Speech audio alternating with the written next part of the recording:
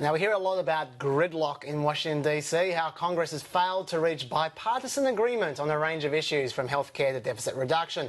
An increasingly polarised political environment egged on by talk radio and cable news may be partly to blame, but the weapon of choice for parties trying to block the presidential agenda has been the Senate filibuster. It's been used for years now, and again in the past week to delay the confirmation of Obama's pick for Defence Secretary, Chuck Hagel.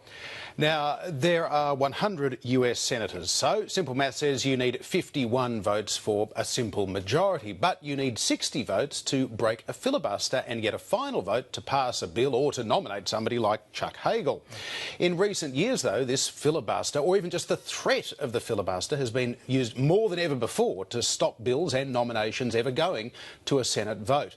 Since the election last November, there has been a push to reform those filibuster rules and to try and break that gridlock, but you'd have to say, Chaz, with only limited success so far. Very limited. Now, David Waldman covers Congress for the Daily Kos and his podcast Kagro in the morning as well. He's probably written more and talked more about the filibuster than just about anybody else in the United States. He joins us now from Washington, D.C. David, welcome. Hi, thanks very much for having me. Can you tell us, some of these measures that were being looked at in December and January to reform the filibuster, what sort of reforms were on the table there? Well, we've been actually pushing for this for quite some time, and this is the second go-around in the last few years to try and get some reforms pushed through. Largely, one of the big problems that we've faced in the last couple of years really has been that Republicans, since becoming the minority in the Senate, have filibustered in ways that are just different in kind from the way the filibuster has been used historically, as opposed to standing in the way of pieces of legislation that they actually have political objections to.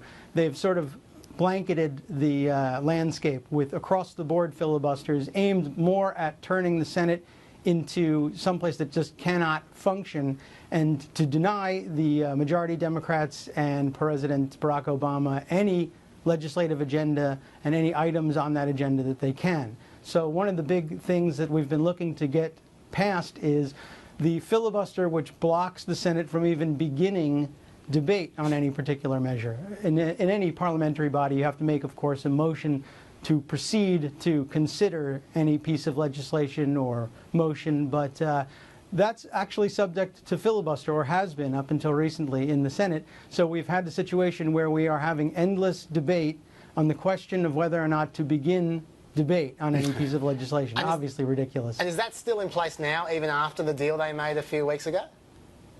Well, technically it is in place. However, there is now a standing order which was agreed to by both sides for the balance of this Congress, that is for the next 2 years or so, that will actually limit debate on motions to proceed to 4 hours, which is more than enough time. But in exchange, there are guarantees for both sides to be able to offer amendments to any bill that comes to the floor. So that should help clear up the number of filibusters that actually block us from beginning debate on anything. However, it does leave in place the filibuster on the final passage of the bill. So yes, more than likely everything will still need 60 votes or more to pass. And does the filibuster actually have to happen like the old Jimmy Stewart movie, or can they still just threaten the filibuster and therefore that vote doesn't happen?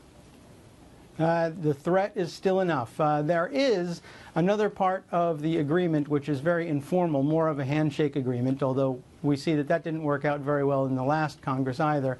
But the handshake agreement, to which no one has committed to writing, is that if any senator actually objects enough to filibuster a bill, they will be expected to appear on the floor and speak on behalf of their objection. However, there's really no way to enforce that. And I would expect that that'll fall apart almost immediately the first time anyone seeks to enforce it. So, no, it's not the case that anyone needs to do anything like Jimmy Stewart did. Fair enough. Now, if I recall, what they were saying at the time when they made this deal earlier on in the year was that this would speed up cabinet appointments in particular. And here, the very first cabinet appointment has been blocked. So, does that suggest that the whole thing was a failure, or has it made any difference whatsoever?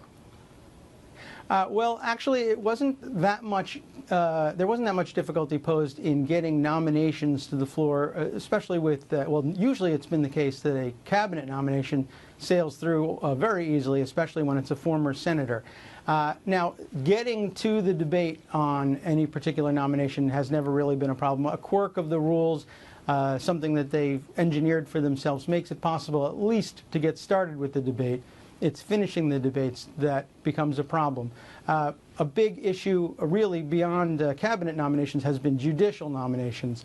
That's where things have really hung up, and this agreement doesn't do anything directly on nominations, whether judicial or for the cabinet. It's actually, it speeds up a lot of the legislative problems, and it's hoped that by tamping down on that partisan bickering, we might also get to see some speeding up of the nominations process as well. But you see right away, like you've mentioned, out of the box, Chuck Hagel's nomination hangs up. I expect that that will eventually get through, and we'll perhaps see them move that next week. But they have made their point that these agreements are very delicate, and they can blow them up just as easily as they've blown up nominations and legislation all along. David, you're behind this campaign as much as anyone to end the filibuster, or at least to reform the filibuster. Did you get any real sense that the Democrats, or in fact the Republicans, were at all really keen to deal with the filibuster issue, or did they get the deal that they actually wanted? Well, it's a little bit of both, and that's usually the answer with anything you ask about the Senate. There's always a yes and a no.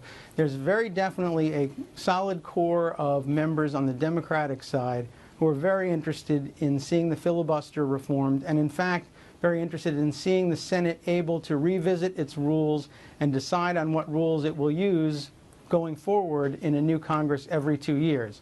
But there are also, there's also a very serious cadre of Democrats and Republicans who just like the institution the way it is. It's part of Republican governing philosophy, generally speaking, that very little ought to be done by the federal government, and they bring that to life every day in the Senate. There's definitely a split among Democrats, but the reform side is growing, and growing with every election. We've talked, David, a bit about the gridlock that's been brought to Washington. It's been very hard for President Obama to ultimately push through the reforms like the Affordable Care Act and so on. How has the use of the filibuster in really the last 6 years now changed the presidency and the way the executive branch operates, and the way that this president seems to see it as an easier option to go around Congress, straight to the American people, get back on the campaign stump? Yes, and that's exactly it. I mean, I think probably the big change in the day-to-day operations of the White House is that they now stay in permanent campaign mode. There are a number of reasons for that, but I think the filibuster probably does contribute greatly to that, because for every legislative initiative you might undertake, you now have to take things directly to the people as much as you can and ask for them to lean on their senators to get out of the way, even for immensely popular measures, even for measures that have tremendous support inside the Senate. You need to be able to do that. And so the permanent campaign, I think, is an outgrowth in part of the filibuster. It also pushes the executive branch to rely more often on executive action. And you see that in the gun issue, with President Obama moving in the direction of trying to change gun policy at the federal level to the extent that he can unilaterally, which of course only creates more hurt feelings on the Republican side and moves them to filibuster much more often. I see. A little bit of a vicious cycle. Yeah. So where do we go from here with the filibuster? Is there nothing we can do for the next 2 years? And is there any prospect of actual change in 2015? What do we do? Well, I do think that there's prospect for change between now and then. It gets very esoteric and you get down into the weeds of procedure, but there have been moments, even in the last 2 years, after the previous attempt at filibuster reform fell apart 2 years ago, where the Majority Leader, Harry Reid, has found himself frustrated to such an extent that he's led a unified Democratic caucus in essentially changing the interpretation of the rules, if not the written word of the rules. And that's just one of those parliamentary tricks that's always available to him. And now that he's demonstrated a willingness to do this, in other words, to ignore what the parliamentarian says the rule means and use his partisan majority simply to reject the ruling of the parliamentarian and to ratify as new interpretation of the rules, new precedent, in other words, what the majority says. So it's very close to what people threaten when they talk about the old nuclear option, but it's been done under the radar, and it's been done once by Harry Reid and may be done again in the next 2 years if the Republicans refuse to tread lightly. All right. Well, David Waldman, it's nice to talk to you. Thank you very much for joining us from Washington, D.C. this week. Thanks for having me. And you can see David's articles on the Daily Kos website and Kagro in the Morning, a very popular podcast. That's all the time we have for Planet America for this week. Next week, though, we're going to be talking to Barack Obama's internet advertising guru, Andrew Bleeker, and try and find out what it takes to mount a winning online campaign. And we're going to be counting down to the sequester cuts unless a deal is done, which it won't be. So see you then. Bye now.